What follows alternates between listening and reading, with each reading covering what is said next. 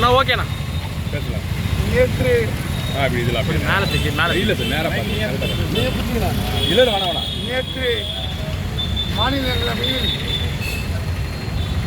இந்திய அரசியல் சட்ட தினம் அரசியலமைப்பு தினம் 75வது ஆண்டு விழாவை முன்னிட்டு விவாதம் நடைபெற்றது. அந்த விவாதத்தில் கலந்து கொண்டு பேசிய இந்திய ஒன்றிய அரசின் உள்துறை அமைச்சர் அமித்ஷா அவர்கள் அம்பேத்கரை அவமதிக்கும் விதமாக சில கருத்துக்களை தெரிவித்து இது நாடு முழுவதும் ஒரு அதிர்வலையை ஏற்படுத்தியுள்ளது. அவர்களின் அந்த சங் பரிவார் கூட்டத்தின் நிஜ முகம் நேற்று வெளிப்பட்டு தோல்வியை காட்டியது.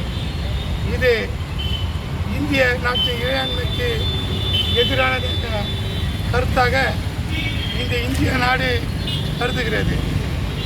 பொதுவெளி மாநிலங்களில் அமித்ஷா பேசிய கருத்துக்கு அவர் பகிங்கர மன்னிப்பு கேட்க கோரியும் அவரை ஒன்றிய அரசிலிருந்து பதவி நீக்கம் செய்ய கோரியும் அவரை கண்டித்து அம்பேத்கர் பேசிய கருத்துக்களை அவர் திரும்ப பெற வலியுறுத்தி இப்போது இந்த கண்டன ஆர்ப்பாட்டம் எங்கள் தலைவர் இளம் புரட்சியாளர் புரட்சி பாரத தலைவர் ஜெகன்மூர்த்தி ராணிக்கிழங்க இங்கு நாங்கள் நடத்தி கொண்டிருக்கிறோம்.